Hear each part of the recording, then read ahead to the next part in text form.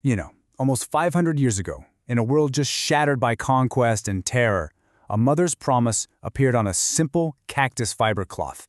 It was a promise that would literally transform a continent, and it's all centered on this miraculous image that to this day kind of defies scientific explanation. So let's dive into the incredible story of Our Lady of Guadalupe. Okay, to really get this miracle, we have to go back in time. Picture this. It's 16th century Mexico. This was a land just reeling from conquest, first by the Aztecs and then by the Spanish. It was a place living under this constant, heavy shadow of fear.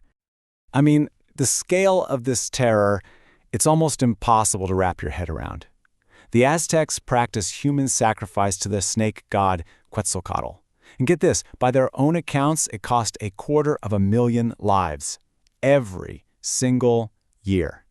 In fact, for the dedication of just one temple, over 80,000 people were sacrificed in only 4 days. It's just unimaginable. So you can imagine, this created what historians call a culture of natural and supernatural terror. The native peoples were completely trapped. The fear of their own gods kept them locked in idolatry, and it made them strongly resist converting to the Christian faith.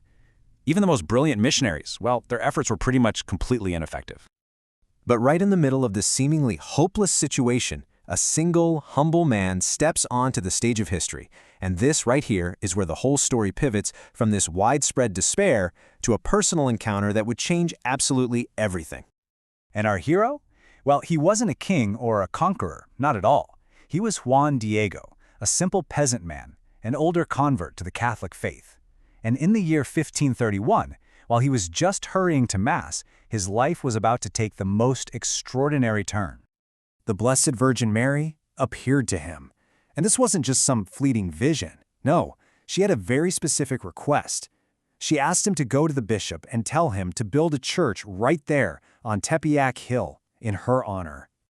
But the bishop, well, he was understandably skeptical. I mean, a peasant man shows up with this story of a heavenly vision. He needed proof. He asked Juan Diego for a real, definitive sign that this message was truly from heaven.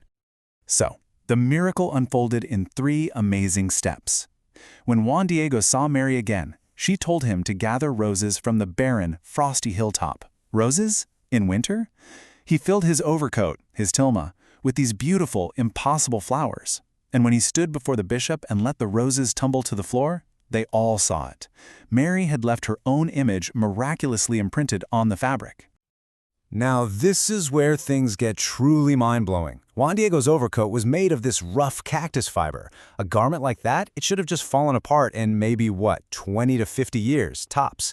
Yet here we are, nearly half a millennium later, and the tilma and the vibrant image on it have survived intact. The impact of this miraculous image was immediate, and it was overwhelming. This wasn't just a personal sign for Juan Diego or the bishop.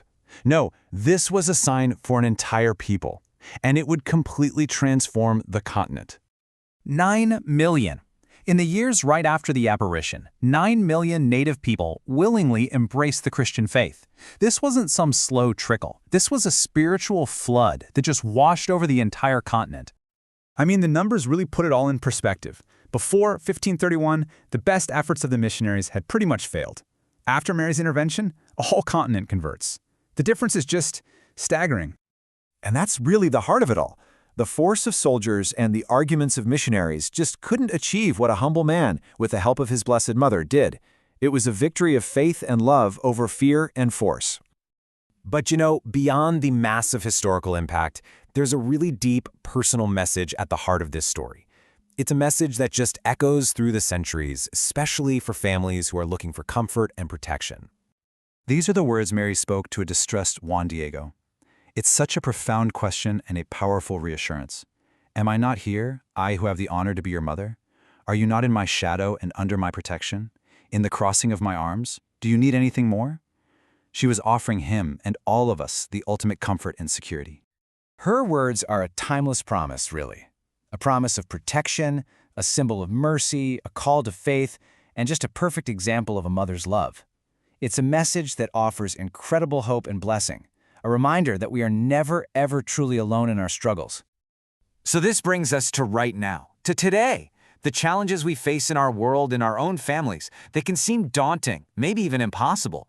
But just think about it for a second. Are they really any greater than the terror and the hopelessness that gripped Mexico back in 1531? You know, Juan Diego was considered an old man when all this happened. Most people would have said his life was pretty much behind him, and yet his greatest work was just beginning. It really makes you wonder, if God accomplished such an incredible transformation through one humble man back then, what do you suppose is the plan for you and for me right now?